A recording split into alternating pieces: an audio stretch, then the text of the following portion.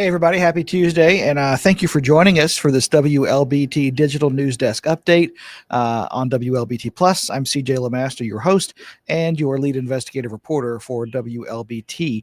Hope that you're doing well on this Tuesday. We've got several of you watching right now on Facebook as well as our YouTube channel. You can also check us out on our OTT platform online, WLBT.com, and through the app. So there's all kinds of different ways to be able to watch us also too. We have apps for Apple Plus or Apple TV, and also too through Roku. So there's all kinds of Roku. I can't even get it out today. There's all kinds of different ways that you can watch us. And so we appreciate all of you joining us. Look forward to you getting in on the conversation as we talk about some of the top stories of the morning, of the day, I should say. It's already 1 o'clock. When I say morning, I got to get my mind right here. Sorry about that, folks. One of the things that we want to talk to you first about is something that we are following right now. And again, I want to just stress that there's not a lot that we know at this point. So, these details may change as you watch our newscast in the early evening or even tonight. So bear with us there. Police in Jackson investigating a disturbing discovery in the backyard of a home in the southern part of the city.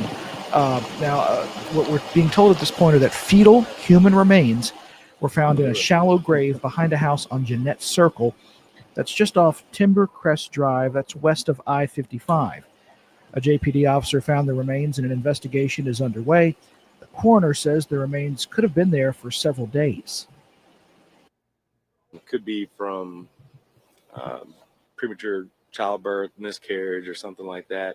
All this is very, very early in the investigation. Obviously, we'll consult with the state medical examiner's office.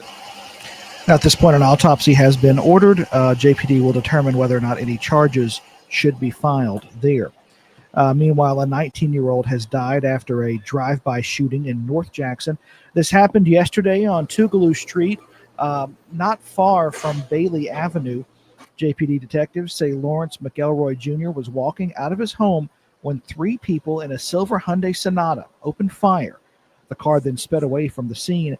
If you have any information that could help with this investigation, please call JPD, or you can also call Crime Stoppers anonymously at 601-355-TIPS. A couple of you already saying hi today. Britt saying good afternoon. Britt, hope you're doing well.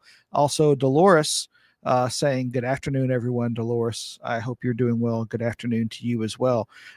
In terms of the story that we were just talking about, the fetus found in the backyard, Britt saying this is so sad. It's a tragic story. It's a horrible story. And again, it's one of those that right now it's just being called a death investigation because we don't know We can't say whether or not there was any foul play. Hopefully, the autopsy will tell us more. And investigators are looking into this and more than likely talking to the people that live there to try to get an idea of what could have happened. So as we learn more there, we of course will report it to you and let you know immediately. When someone gets arrested for a crime, you expect that person to go to jail. That may not be an option in some areas due to overcrowding, payment, and budget issues. It certainly may not be the case here in Hinds County. Now, the county charges agencies a daily fee to house their detainees at the detention center near Raymond, but some are not paying. The county is currently housing a little more than 900 people from 26 different agencies, which are being asked to pay $32.50 per day per detainee. Well, that's the price tag for the first 30 days. After that, it goes up to $37 a day.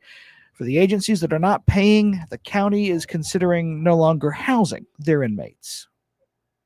There are some municipalities in Hinds County already making alternative arrangements or different arrangements, and that's one of the things that they will probably have to do if it comes to that.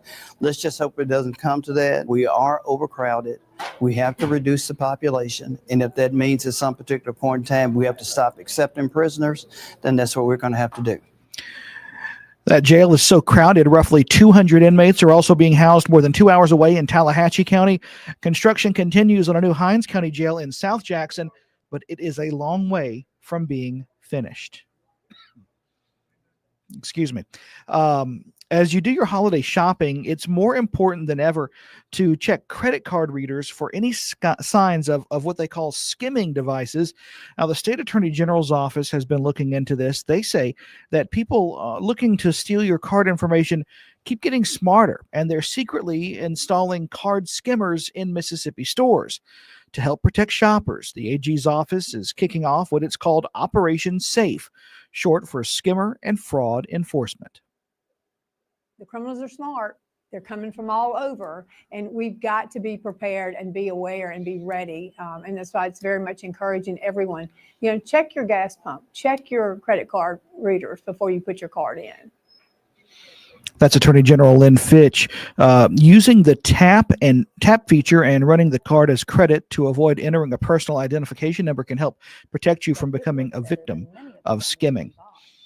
Before we let you go, we want to also tell you about a traffic update. The Mississippi Department of Transportation telling 3 on Your Side that overnight lane closures are planned on I-55 in Madison County all this week. Now, they're actually going to happen in both directions between Highway 463 in Madison and Gluckstadt Road.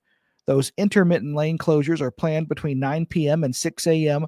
through Friday, so that's overnight. But again, some of those hours might conflict with you driving through that area if you happen to. That during that time, crews will be installing guardrails as part of that Reunion Parkway project. So that's something that's going on there and will be continuing again until the end of the week. A couple of you watching now as well. Andrew Christian watching from Memphis, Tennessee. Hope you're doing well, Andrew.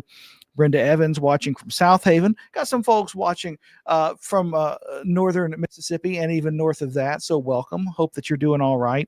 And Letitia Woods saying good afternoon. Hope you're doing well, Letitia, as well.